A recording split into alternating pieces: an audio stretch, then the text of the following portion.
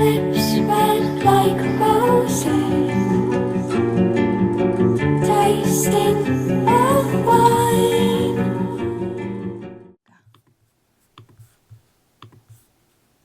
20, 20. 그래서 얘는 무조건 루트 폰트. 루트를 기준으로 하는 거예요. HTML의 글자 크기에 따라서 바뀝니다. 그래서 픽셀과 EM과 REM을 적절히 사용해서 우리는 사용을 하게 돼요. 자, 근데 이 EM 단위나 REM 단위는요, 또 어디에 쓰이냐면 폰트에만 쓰이는 게 아니고요.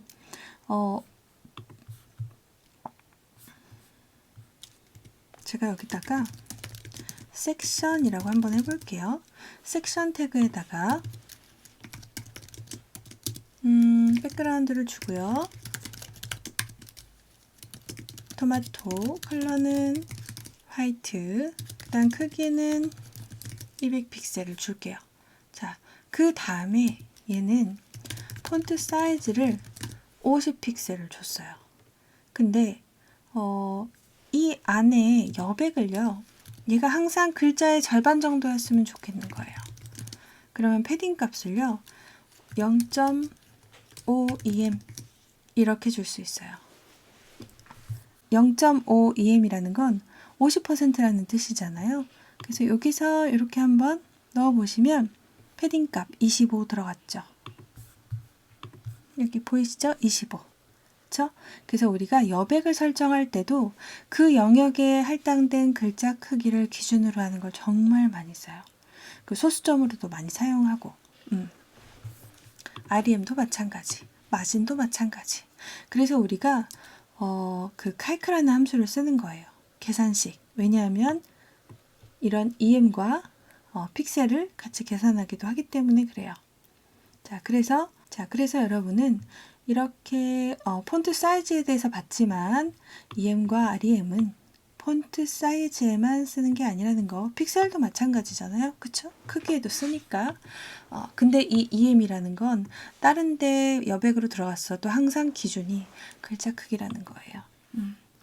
자, 그러면 여기에서 우리 행간도 보기로 했죠. 그래서 P태그한테 너는 라인 하잇이 예를 들면 이렇게 하고 싶어요. 이 줄과 이 줄의 간격이 20픽셀 떨어졌으면 좋겠어요. 그러면 행간을 20픽셀로 하면 되겠지 라고 생각할 수 있어요. 근데 그렇게 되면 어떻게 되냐면 이렇게 되는 거죠. 이 글자는 지금 14픽셀인데 라인 하잇에 20을 주면 이 14를 포함한 높이가 20이기 때문에 실제로는 이 차이인 6픽셀만 떨어지는 거예요. 다음 줄이. 여기도 똑같이 되겠죠? 똑같이 3, 3, 3 위아래로 나눠 가지니까 이렇게 6픽셀만 떨어지는 게 돼요. 실제로 20을 띄려면 얘가 14잖아요. 20이 되려면 여기에 10을 보내고 여기에 10을 보낼 수 있어야 돼요. 그래야 그 다음 줄도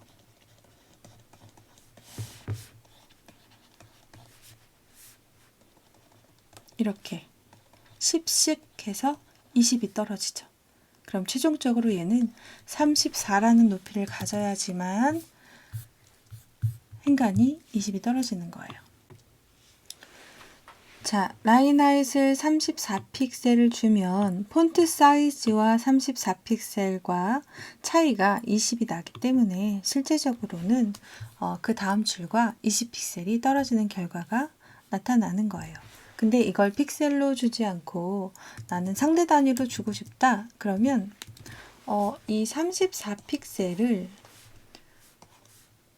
14픽셀로 나눠봐요. 그러면 2.428 이런 식으로 나오는데요. 그러면 라인 하잇을 2.428로 주겠다. 이렇게 하고 세이브를 해보면 실제적으로는 되게 값이 다른데 하고 크게 늘어난 것처럼 보이잖아요. 그건 왜 그러는 거냐면 P 태그에 폰트 사이즈와 이 라인 하이트는요, 자식 요소한테 상속이 돼요. 그래서 이 스펜도 2.428을 받은 거고요. 이 마크도 2.428을 받은 거예요. 그럼 이 폰트는 벌써 폰트 사이즈가 2배니까 28픽셀이 되어 있는 상태에서 2.428배로 또 늘어나는 거죠. 그러니까 얘는 64픽셀이 되겠죠. 이 마크가 가진 것은 폰트 사이즈가 아까 몇으로 줬었죠? 루트를 10이니까 얘는 20이잖아요, 현재. 그럼 이 마크는 20픽셀 곱하기 2.428배가 행간으로 결정이 된 거예요. 그러다 보니까 늘어난 것 뿐이거든요. 그래서 여기에서 자식 요소인 얘네들을 크기를 없애보면 2.428로 한 것과 34로 한 것과 아주 조금의 차이만 느껴지죠. 그쵸? 소수점이라 아주 정확하게 들어가진 않으니까요.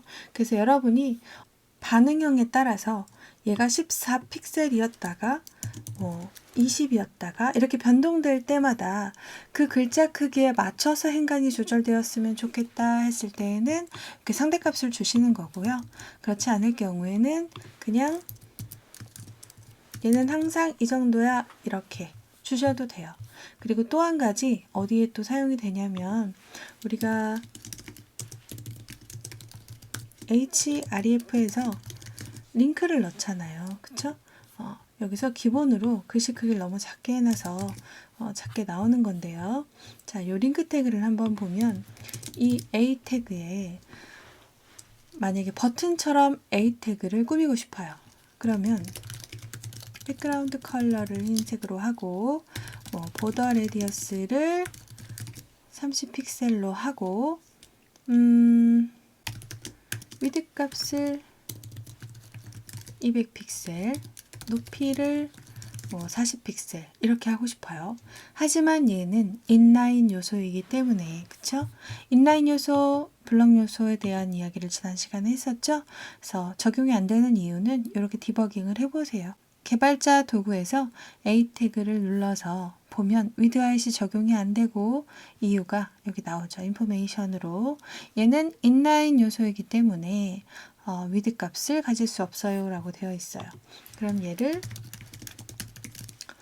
인라인 요소이지만 지금 화면에 표시할 때는 블럭 요소처럼 표시해줘 이렇게 처리를 할 수가 있단 말이죠. 그랬을 때 얘를 정중앙에 놓고 싶은 거예요. 그럼 좌우 중앙 정렬은 블럭 요소 안에서 텍스트 얼라인 센터죠. 그렇죠? 그 다음 상하는 여러분이 혹시라도 버티컬 라인에 대해서 알고 계시다면 이거는 인라인 블럭 요소와 그 다음에 오는 텍스트나 이런 것들에 대한 좀 정렬이고요. 폼 요소들끼리의 상하 정렬 또는 테이블 셀 안에서의 정렬이지 텍스트를 상하 정렬하는 메뉴는 아니란 말이에요. 특정한 곳에서만 된단 말이에요. 그래서 이랬을 때 나는 이 높이를 라인 하잇을 이 높이 값하고 똑같이 지정해서 상하 중앙 정렬로 맞추기도 해요. 이 방법도 정말 많이 사용해요. 그래서 글자의 상하 정렬을 할 때 그 대신 한 줄이어야 되겠죠. 여러 줄일 때에는 이렇게 막 길어지잖아요. 이렇게 늘어나 버려요. 그렇죠?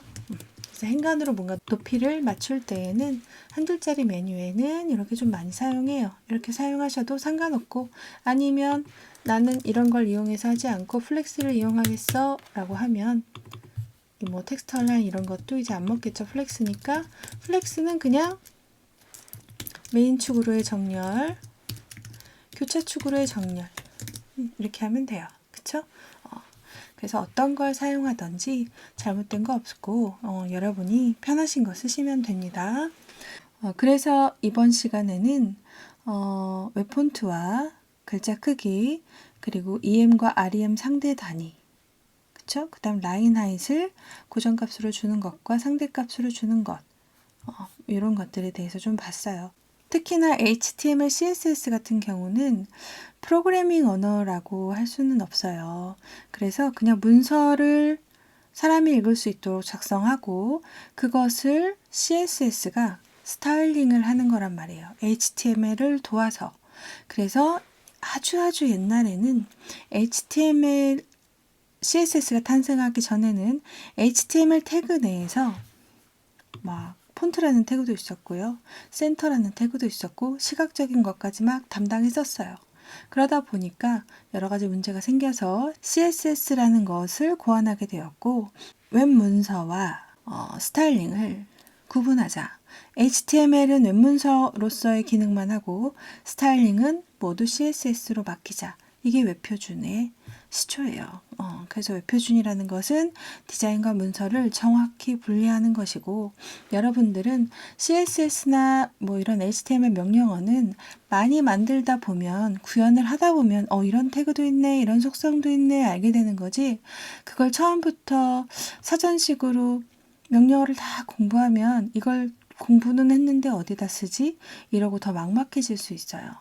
또 그 양도 처음엔 좀 몇 개 안 돼 보이겠지만 정말 많거든요. CSS 같은 경우는 최신 기술도 많고 그 최신 기술이 현재 써도 되는지 쓰면 안 되는지에 대한 구분도 필요하고요. 그렇죠?